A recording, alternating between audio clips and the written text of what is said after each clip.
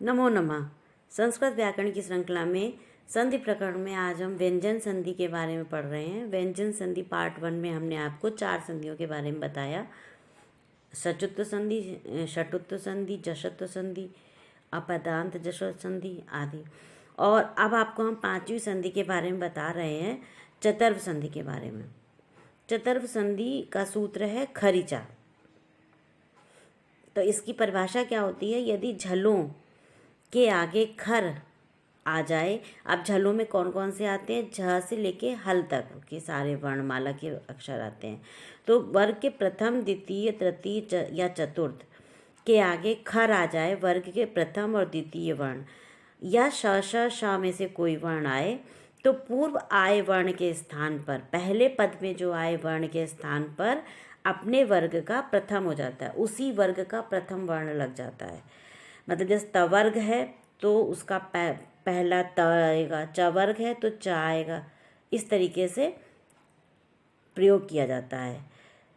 ठीक, अब आपको बताएं कि जैसे क्या होता है। जैसे सदकर्म, अब इसमें क्या है? सत प्लस कार्य, तो हो गया सत्कार। तो द की जगह पर ता का प्रयोग कर दिया। त था द है, प्रथम वर्ग आ गया, प्रथम वर्ण का प्रयोग किया तो सत्कार हो गया। अब आपको और भी उदाहरण बताते हैं। जैसे लिप्सा, लिप्सा में क्या विच्छेद कैसे बनेगा? लिप प्लस सा। अब भा क्या है? पवर्ग का है, तो पवर्ग में पा फा बा आइए आता है, पा फा बा भा, तो ये भा का। लेकिन हमने परिभाषा में पढ़ा कि अपने ही वर्ग का प्रथम वर्ण हो जाता है, तो प्रथम वर्ण इसका क्या है? पा, तो हो गया लिप्सा। इसी तरीके से त्यास्ती, तो सेद प्लस स्याती हैं, सेद से स्याती, तो धा को क्या बन गया? क्या लगा दिया? ता लगा दिया। ता था दाधा वर्ण से आया था, अपने ही वर्ग का प्रथम वर्ण लगा, धा को ता हो गया। उत्पन्ना, तो उद प्लस पन्ना, तो दा का क्या? दा को क्या कर दिया? ता कर दिया, अपने ही वर्ण का प्रथम कर दिया। इसी तरीके से होता है तत्पर, तद प्लस परहा, तो इसमें भी दा को क्या कर दिया? ता था दाधा होता है, तो दा को हमने ता कर दिया। इस तरीके से अपने ही वर्ग का प्रथम वर्ण लगा देते हैं। जैसे लब सेते, लब प्लस सहते, तो इसको क्या कर दिया? भा को पा में बदल दिया, तो पा फा बा भा आता है, तो प्रथम वर्ण पा होता है, लपसते आ गया। इस तरीके से जो परिभाषा में बताया गया है वैसा ही उसका प्रयोग होता है। एक बार नियम को ठीक से पढ़ लीजिए तो हो जाएगा। ठीक है, अब 6वीं संधि आती है इसकी, अनुस्वार संधि। इसका सूत्र है मो अनुस्वारा। इसकी परिभाषा है कि पदांत में स्थित माँ के बाद कोई व्यंजन आ जाए तो माँ के स्थान पर जो माँ लिखते हैं उस माँ के स्थान पर अनुस्वार हो जाता है। अनुस्वार मतलब जो बिंदी लगाई जाती है उसको संस्कृत में अनुस्वार कहते हैं, तो अनुस्वार हो जाता है। जैसे आपको हम उदाहरण से बता रहे हैं, जैसे मातरम। अब मातरम में इसकी विच्छेद कैसे बनती है? इसकी विच्छेद बनती है मातरम प्लस वंदे, तो मातरम वंदे पूरा सेंटेंस है, इसकी विच्छेद बनानी है, तो मातरम प्लस वंदे। तो हमने माँ को हटा के उसकी जगह पे अब दूसरे पद में क्या है? कोई व्यंजन है, वाह है, तो हमने माँ को हटा के अनुस्वार लगा दिया, मातरम वंदे। इसी तरीके से दूसरा है कार्यम करोति, कार्यम प्लस करोति। अब कार्यम के बाद जो है वो व्यंजन है, करोति का पहला वर्ण क्या है? व्यंजन है, तो क्या किया? माँ को हटा के अनुस्वार लगा दिया।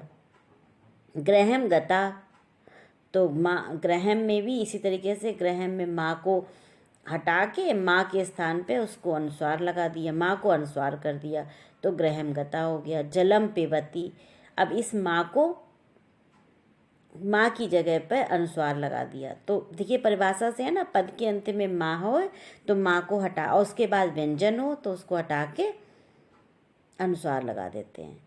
7वीं संधि आती है अनुनासिक संधि।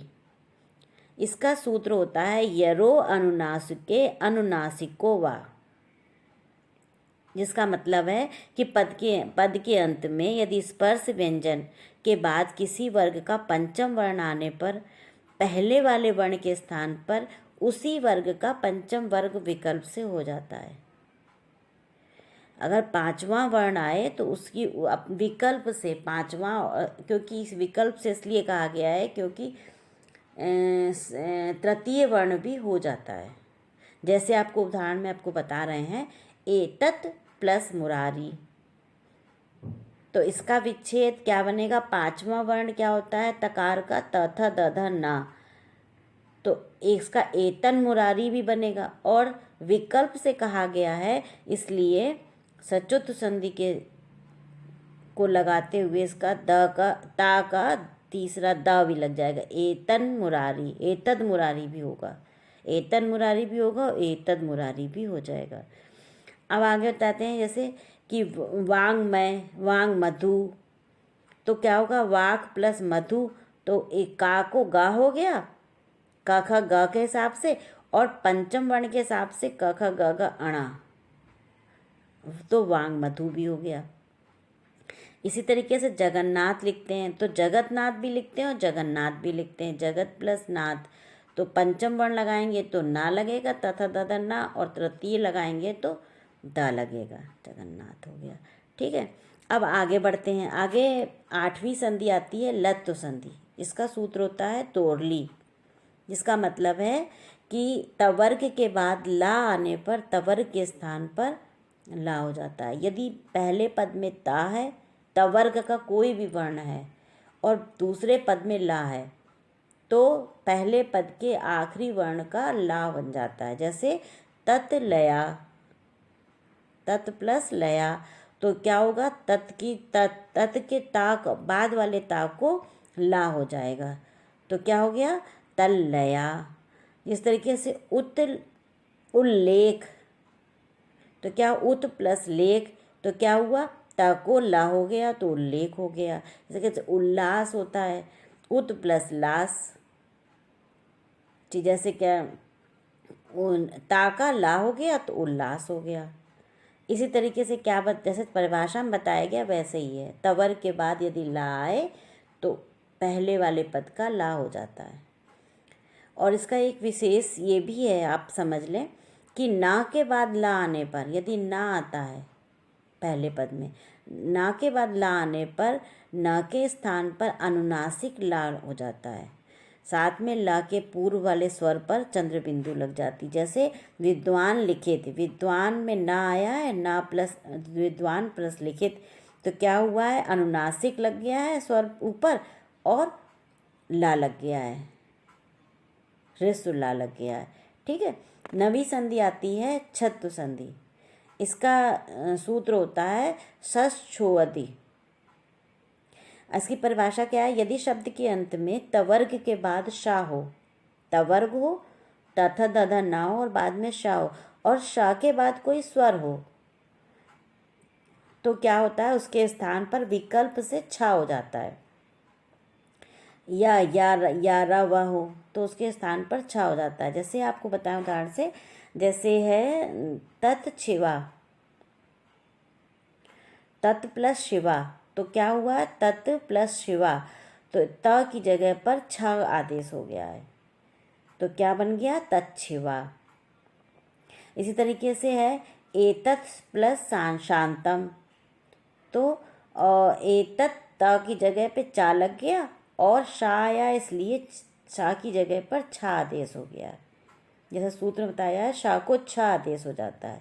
इसी तरीके से इसमें ये परिवर्तन होता है। नियम सूत्र तो देखिए आपको याद करने पड़ेंगे। संधि का नाम, सूत्र, परिभाषा तो आपको याद करनी पड़ेगी। अब 10वीं संधि आती है चतुः संधि। चतुः संधि जैसे छेचा, इसका सूत्र है छेचा। इसका परिभाषा होती है ह्रस्व के बाद आगे यदि छ आने पर उसके मध्य में ता जोड़ दिया जाता है, फिर सचुत्व संधि के नियम से इस ता को चा में परिवर्तित किया जाता है, कर दिया जाता है। पहले ह्रस्व स्वर आए और उसके आगे यदि छा हो तो बीच में ता जोड़ दिया जाता है, लेकिन उस ता को भी सचुत्व संधि के नियम से चा में बदल जाता है। जैसे जैसे बताएं आपको शिव छाया, शिवित छाया, तो शिव प्लस छाया। अब इधर शिव है, व में स्वर है, और उधर छाया है, छा है, तो बीच में ता जोड़ दिया, शिव प्लस ता प्लस छाया। अब इस ता को सचुत संधि के कारण से चा कर दिया, तो क्या हो गया, सेवत छाया। इसी तरीके से तवत छवि है, तवत छवि कैसे हुआ, तव प्लस छवि, तो तव के बीच में स्वर के बाद छा आया तो ता लगा दिया, ता को सचुत संधि से चा कर दिया, तो क्या हो गया, तवत छवि। ठीक है। अब 11वीं संधि आती है पर सवर्ण संधि। पर सवर्ण संधि, इसका सूत्र क्या होता है, अनुस्वारस्य यई पर सवर्णा, अनुस्वारस्य यई पर सवर्णा। ठीक। अब इसकी परिभाषा क्या होती है, परिभाषा होती है पद के मध्य में, कोई भी पद के मध्य में अनुस्वार के सामने किसी वर्ग का कोई वर्ण आ जाए तो अनुस्वार के स्थान पर सवर्ण हो जाता है। ठीक है, आ रहा समझ में। पद के अंत में, पद के मध्य में यदि अनुस्वार के सामने किसी वर्ग का कोई भी वर्ण आ जाए तो उसके स्थान पर क्या हो जाता है, सामने आ जाए तो वर्ग का आने पर पंचम वर्ण हो जाता है, उसी वर्ग का पंचम वर्ण यूज करते हैं। जैसे शांतः, अब इसकी संधि होगी शाम प्लस ता। अब ये माँ आया है और उसके बाद क्या कहते हैं, अब ये माँ का पापा बाबा माँ है, तो इसका माँ को क्या हो गया, और उसके बाद ता आया है तो तथा दधा ना, इसका अंतिम वर्ण 5वां वर्ण यूज होगा।